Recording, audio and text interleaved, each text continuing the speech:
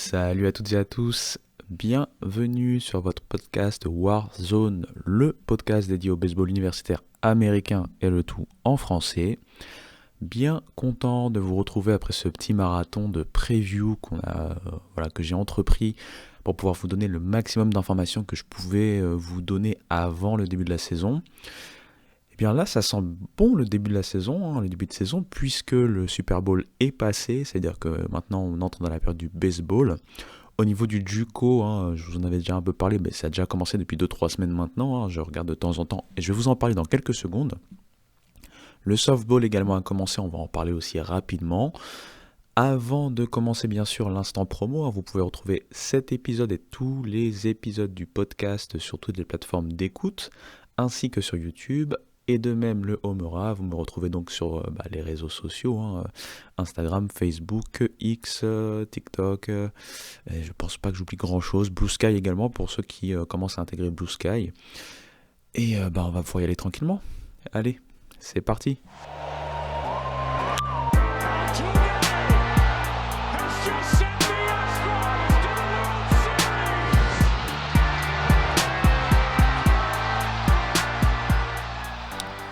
Alors, comme je l'ai dit, le baseball a repris, est en train de reprendre. Le début de saison en termes de NCAA D1 College Baseball est sur le point de reprendre là ce week-end. Mais avant de revenir rapidement dessus une dernière fois, je voulais un peu mettre la lumière sur deux autres, divisions ou catégories du baseball universitaire, voire softball. Tout d'abord en parlant du JUCO. Comme je l'avais évoqué lors du rappel un peu de comment est composé un peu tout cet univers universitaire en termes de baseball.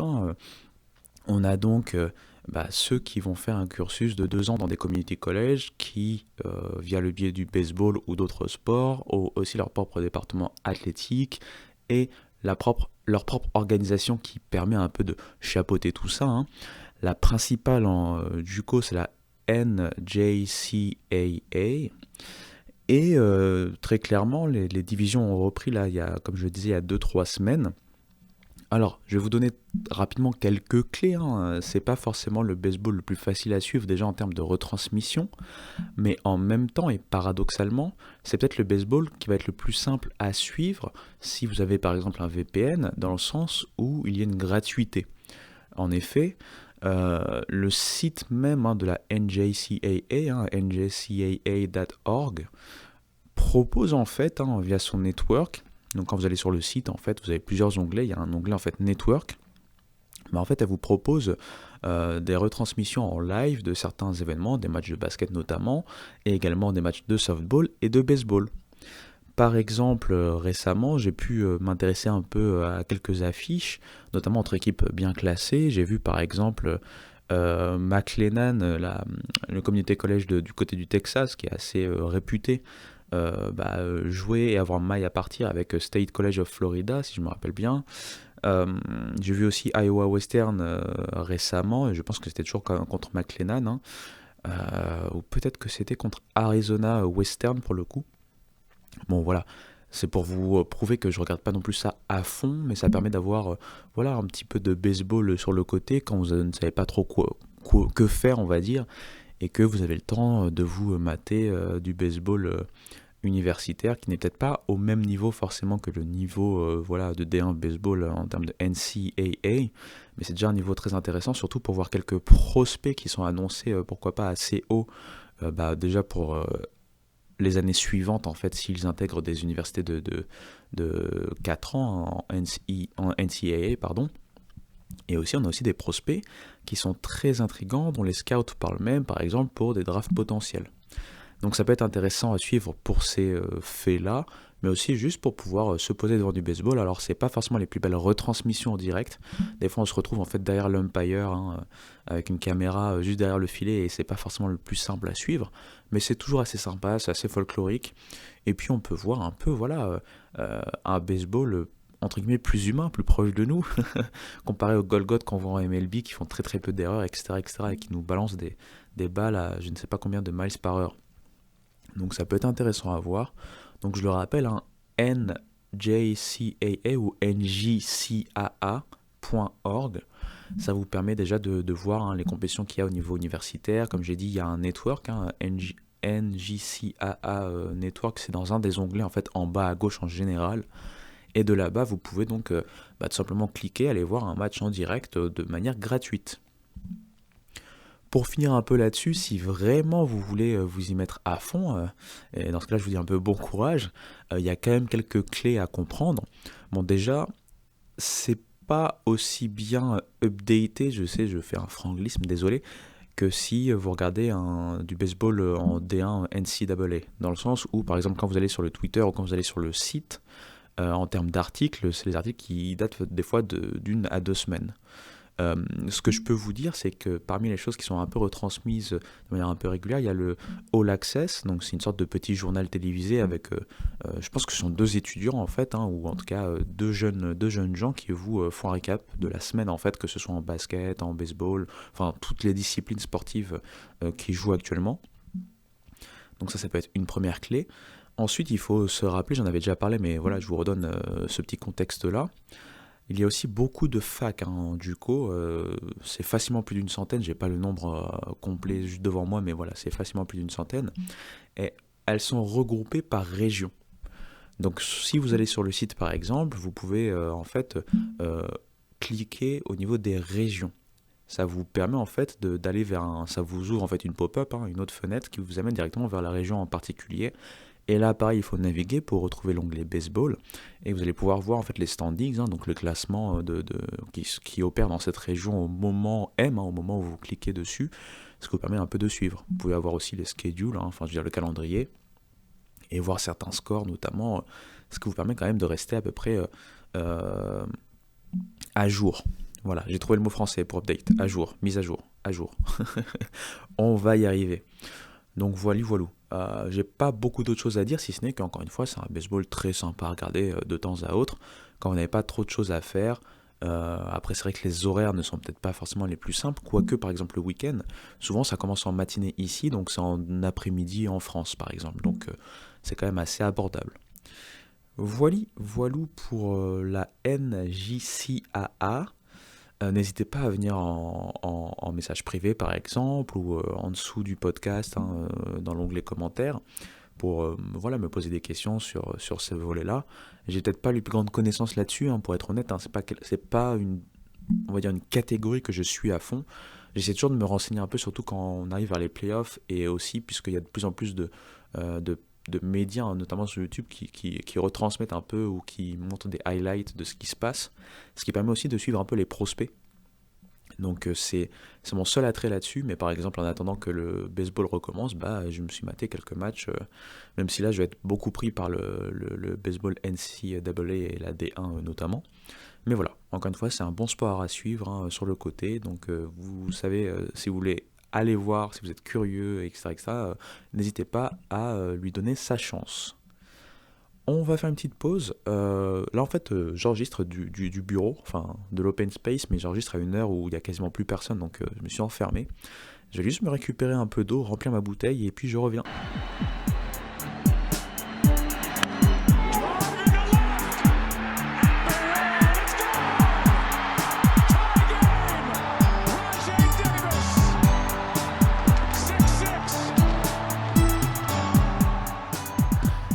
De retour, et là on va pouvoir passer au softball. Donc là je vais vous parler bien sûr du D1 softball, c'est le pendant en fait softball de la partie D1 baseball en NCAA. Donc là ça ressemble beaucoup au D1 baseball dans son format, dans le nombre d'équipes qu'il y a, même si c'est vrai qu'on peut retrouver même un peu plus d'universités. Par exemple, je vous donne juste un exemple, l'université de Syracuse n'a pas de département baseball. Ils l'ont fermé, voilà, il n'y a pas. Par contre, en softball, ils ont un département softball et elles sont donc les filles en fait de l'équipe, concourent dans la ACC par exemple.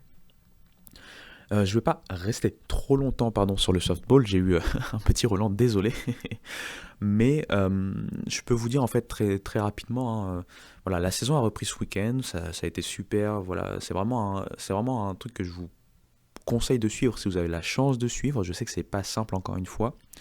Là aussi, en gros, il faut avoir un VPN et il faut être prêt à payer, puisqu'en général, c'est plutôt ESPN, hein, et ses filiales qui le diffusent. Par exemple, ce week-end, j'ai vu notamment Tennessee qui a gagné face à Baylor, dans surtout un premier match que je suivais lorsque j'enregistrais mon podcast précédent, et qui était vraiment super, avec un retournement de situation en toute fin, hein, à la sixième manche, hein. Je rappelle qu'il y a 7 manches en softball, et à la sixième manche, Tennessee a renversé Baylor, qui semblait vraiment se diriger vers une victoire, on va pas dire tranquille, parce qu'il y avait 2-1, mais je veux dire, au niveau du pitching staff, ça se passait très bien. On sentait pas Tennessee vraiment dans un gros soir, et pourtant ils ont réussi à gagner, et derrière elles ont sweepé Baylor le match suivant. On a surtout eu bah voilà, des grosses difficultés, c'était un peu annoncé, hein, du côté de UCLA qui a notamment qui s'est fait exploser par Texas notamment, si je me rappelle bien. C'est ça, ouais. Texas les a explosés 16-0, et Oklahoma State n'a pas fait dans la dentelle non plus, avec une victoire 9-1.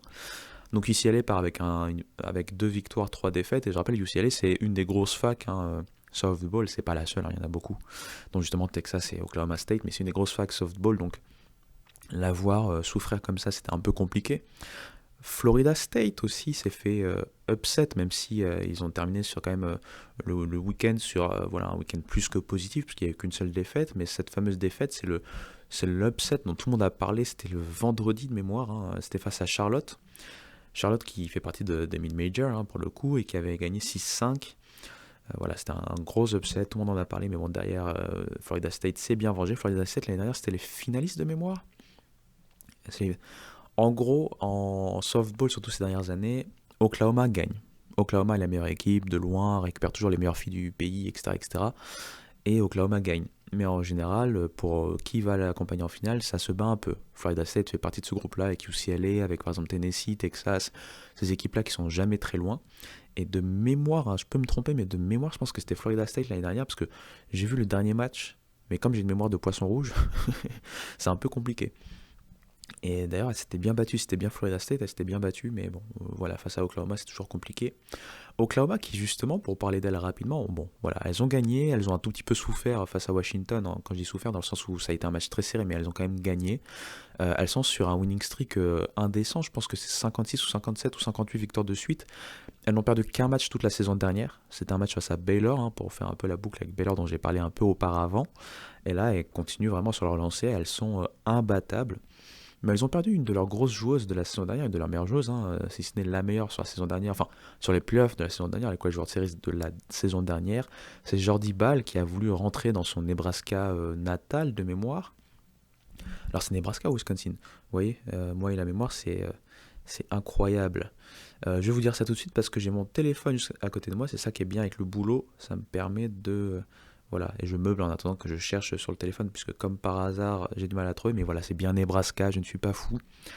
Jordi Ball, hein, qui était voilà, la grosse joueuse d'Oklahoma, l'une des très grosses joueuses d'Oklahoma la saison dernière, est rentrée au pays, hein, du côté de Nebraska, mais a dû déclarer forfait pour la saison, et elle a dit qu'elle a les redshirts, c'est-à-dire qu'elle va s'asseoir sur la saison et va reprendre donc en 2024, en 2025, pardon. Mais voilà, voilà. En termes de ranking, comme je dis, Oklahoma, c'est clairement l'équipe la plus forte, et c'est la première de la pré-saison, et pour l'instant, elle va rester première assez longtemps, je pense. Après, voilà, vous allez retrouver des équipes comme Texas, vous allez retrouver des équipes comme Oklahoma State, Florida State, quelques SEC bien sortis comme Tennessee. Il y a Florida aussi qui a fait un bon week-end, même si pour moi, pour l'instant, en tout cas, elles sont un peu plus en dessous en termes de niveau sur le peu que j'ai vu. Mais voilà, c'est très sympa. Par exemple, hein, pour vous donner aussi un ordre d'idée sur la joueuse de la semaine, Rachel Castin, elle fait partie de Virginia Tech, hein, elle a fait un gros début cette saison avec notamment 7 coups sûrs sur 12 at-bats avec 4 home runs et 13 points produits. Donc ça vous pose là sa performance du week-end. Et côté pitcher, c'est du côté de Missouri. Missouri qui a fait un très très beau week-end, notamment avec des upsets, hein. Missouri qui n'était pas forcément vu aussi haut que ce qu'ils ont démontré ce week-end. Et la représentante un peu de tout ça, c'est Lauryn Krings qui a réussi à avoir un ERA de 1.47 avec 20 strikeouts sur 19 manches jouées lors de ce week-end. Il faut savoir en softball, Les lanceurs partantes, en général, elles peuvent même finir les matchs. Elles vont lancer beaucoup plus. On sait que la technique de lancer de softball est moins agressive sur le coude notamment, en tout cas sur les articulations du bras. Et du coup, c'est pas étonnant de voir des joueuses, des lanceuses lancer sur plusieurs matchs, plusieurs manches. Voilà, comme je l'ai dit, voilà, elle a fait 19 manches quand même en un week-end. Elle a terminé en 3-0 et un IRA de 1,47 pour rappel.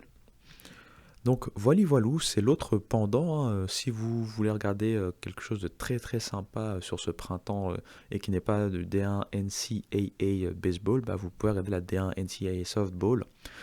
Encore une fois, malheureusement, c'est payant, il faut avoir un VPN. Et puis après, si vous voulez suivre en termes de compte, par exemple sur Twitter, vous pouvez suivre D1 Softball. Pareil, ils ont un site, mais le site, si on veut avoir vraiment le contenu des articles, il faut souscrire à un abonnement, donc il faut payer. Mais en tout cas, les rankings, pour le coup, sont gratuits. Donc voilou. On va faire une dernière mini pause, hein. Ça va être, voilà, vous l'avez compris, je pense, un podcast très très court, hein. C'est surtout pour vous rappeler un peu les autres pendants du baseball D1, mais on va finir ce podcast avec un peu de D1 baseball pour voilà, boucler la boucle et après vous laisser entre de bonnes mains et que vous puissiez suivre un peu ce qui se passe sur le week-end.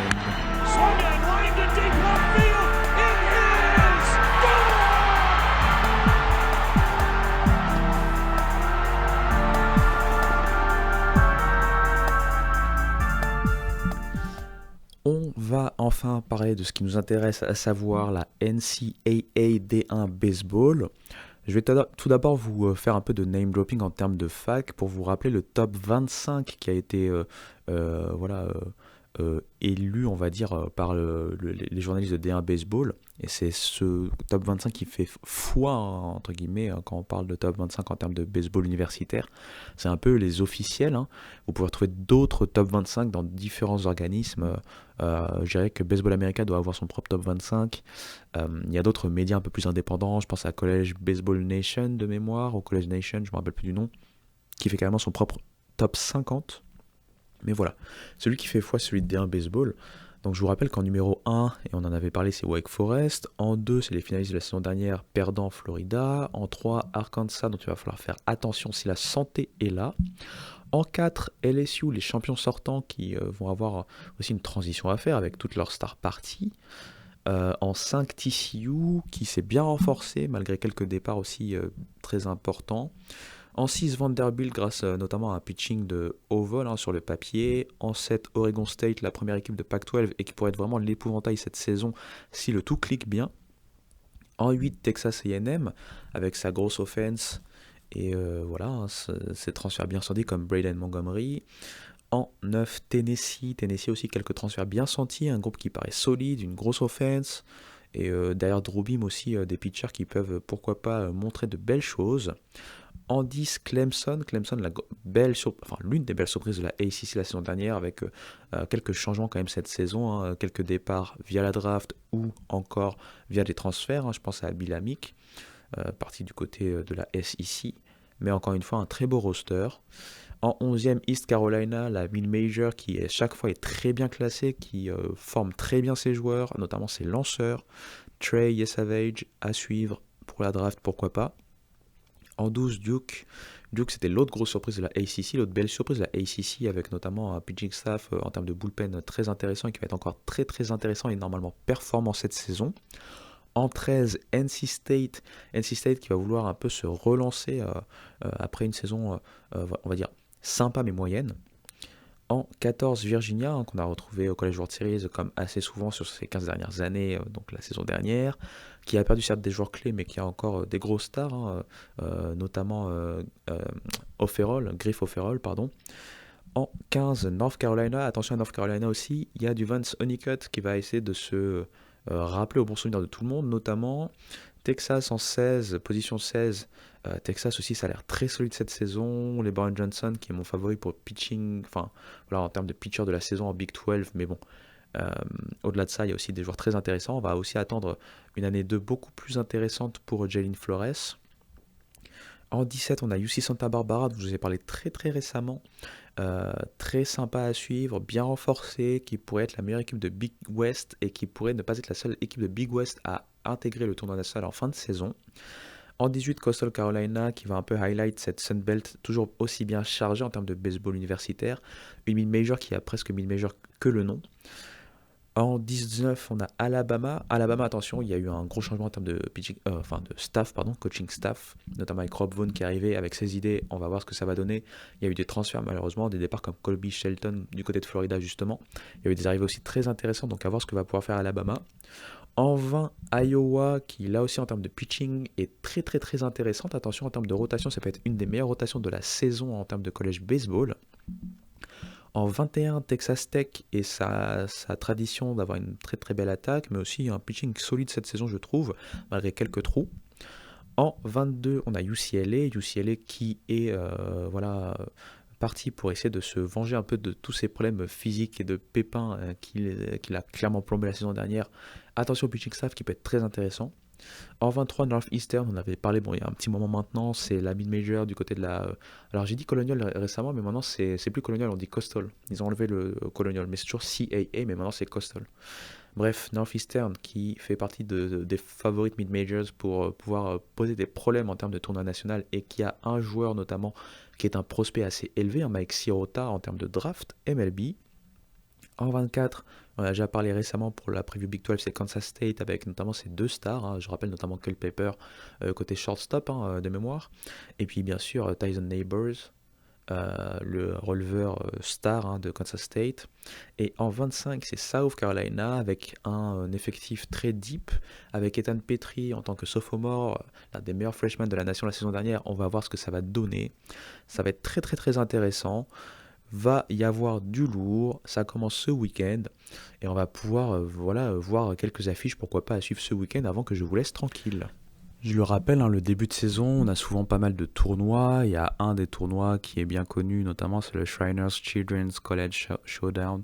C'est celui qui devrait être d'ailleurs du côté de Arlington, donc du côté du Club Field, le stade des Rangers. Mais c'est pas le seul tournoi, il y a beaucoup de tournois qui sont assez sympas. Normalement ça commence dès ce vendredi. Il y a un tournoi qui s'appelle Baseball at the Beach et il y a un match déjà que moi je vais essayer de suivre. C'est donc le 16 février. C'est à 11h du matin pour moi, donc il va falloir que je triche un peu avec le boulot. Heureusement ils ne comprennent pas français.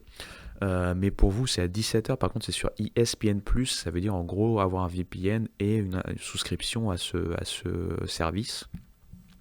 C'est entre Duke, qui est donc tête de série numéro 12, si vous avez écouté mon top 25, et Indiana, qui est une des grosses équipes de Big Ten. En tout cas, on attend beaucoup d'Indiana. Il y a d'autres tournois, mais qui, pour le coup, comme justement le Shriners par exemple, vont demander en fait l'intégration d'une souscription, une souscription. Je franglise, je ne sais pas. Mais bref, d'un abonnement à Flow Baseball, si je dis pas de bêtises. Donc là, malheureusement, j'ai pas assez d'informations à vous donner. Mais par contre, si jamais vous allez jusqu'au bout de ce genre de choses, il y a quelques matchs qui peuvent être sympas. Il y a Nebraska Baylor qui commence dès ce vendredi, notamment. Je regarde aussi un peu, il y a quoi d'autre qui peut être intéressant en dehors des tournois. Je regarde des matchs de manière un peu plus individuelle pour vous donner quelques affiches qui peuvent être très très intéressantes. On va dire, bon, la plupart encore une fois c'est ESPN+, mais bon, si vous avez la chance d'avoir ESPN+, je peux vous dire qu'à partir de 21h heure française, vous avez East Carolina qui va jouer contre Ryder, ça peut être intéressant à regarder. Vous avez Coastal Carolina contre George Mason. Dommage, c'est pas dans le sens contraire. D'ailleurs, ça fait partie du tournoi Baseball at the Beach comme Duke contre Indiana. Mais Coastal Carolina va donc faire son entrée en lice à 22h heure française face à George Mason. Ouais, il y a vraiment des matchs très sympas. Je vois un Charlotte contre Virginia Tech qui peut être très intéressant à 22h sur ESPN+. Après, il y a Oklahoma-Oregon, mais ça doit être du flow baseball puisque c'est le Shriners Children's College Showdown dont je parlais. Tac. Donc ouais, dès ce vendredi, il y a quand même des matchs intéressants.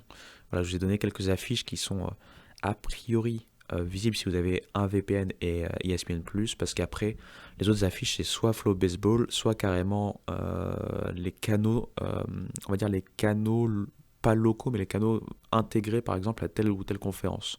Il faut le savoir, par exemple, la SEC, via ESPN, a son propre canal qui s'appelle SEC Network. Et ensuite, il y a le SEC Network Plus, qui est un peu, si vous voulez, le dérivé ou la dérive de ce SEC Network, et qui est pour le coup pour des gens qui en général ont le câble ou un abonnement en fait à ESPN et après payent encore plus pour avoir le SEC Network et donc encore plus pour avoir le SECN+. Il y a le même principe pour la ACC avec le ACC Network.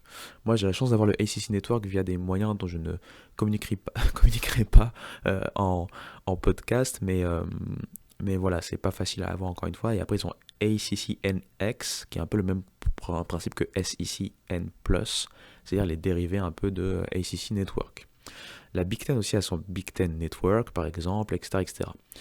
Donc c'est pour ça que je ne vous donne pas plus d'affiches que ça via ce podcast, c'est juste pour vous donner un ordre d'idée de quelques affiches qui sont a priori sur ESPN via ESPN+, qui sont donc les plus abordables si vraiment, ça encore une fois, c'est si vraiment vous êtes intéressé pour voilà, vous mettre en mode VPN et vraiment payer pour regarder du baseball universitaire.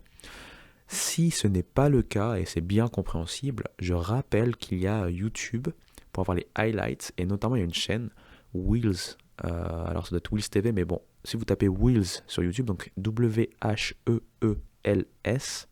et également sur Twitter, il est également sur Twitter, je l'avais vu récemment, vous avez donc des matchs, parmi les matchs principaux qui sont rediffusés, pas en intégralité, mais en mode highlights, et des highlights de très très bonne qualité, ce qui vous permet au moins de suivre en fait ce qui se passe sur les plus grandes affiches de collège baseball. Moi, de mon côté, bien sûr, je vais continuer à faire le podcast si tout va bien de manière assez régulière pour vous faire un petit point à chaque fois sur ce qui se passe voilà, semaine après semaine ou en tout cas 2 semaines après 2 semaines par exemple et vous parler par exemple de telle ou telle affiche. Il est possible également que je fasse des live tweets par exemple sur tel ou tel match si vraiment j'ai le temps et qu'il y a un intérêt derrière.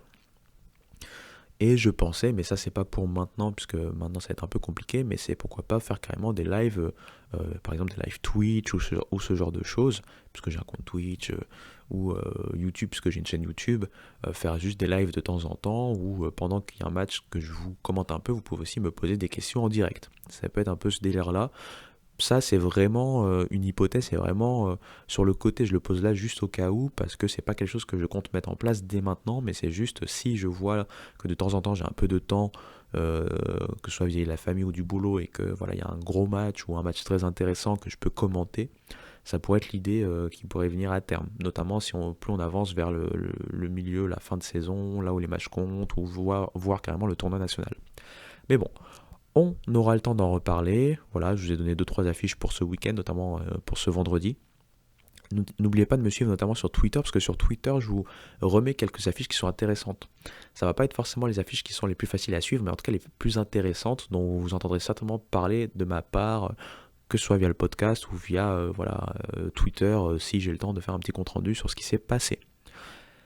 Eh bien, voilou. J'ai envie de dire, on peut s'arrêter là. C'est un épisode un peu plus tranquille, free flow, qui vous permet d'avoir un petit ordre d'idée sur qu'est-ce que vous pouvez suivre. Par exemple, si vous avez le temps et l'argent pour certains, ou le temps si c'est juste le JUCO baseball.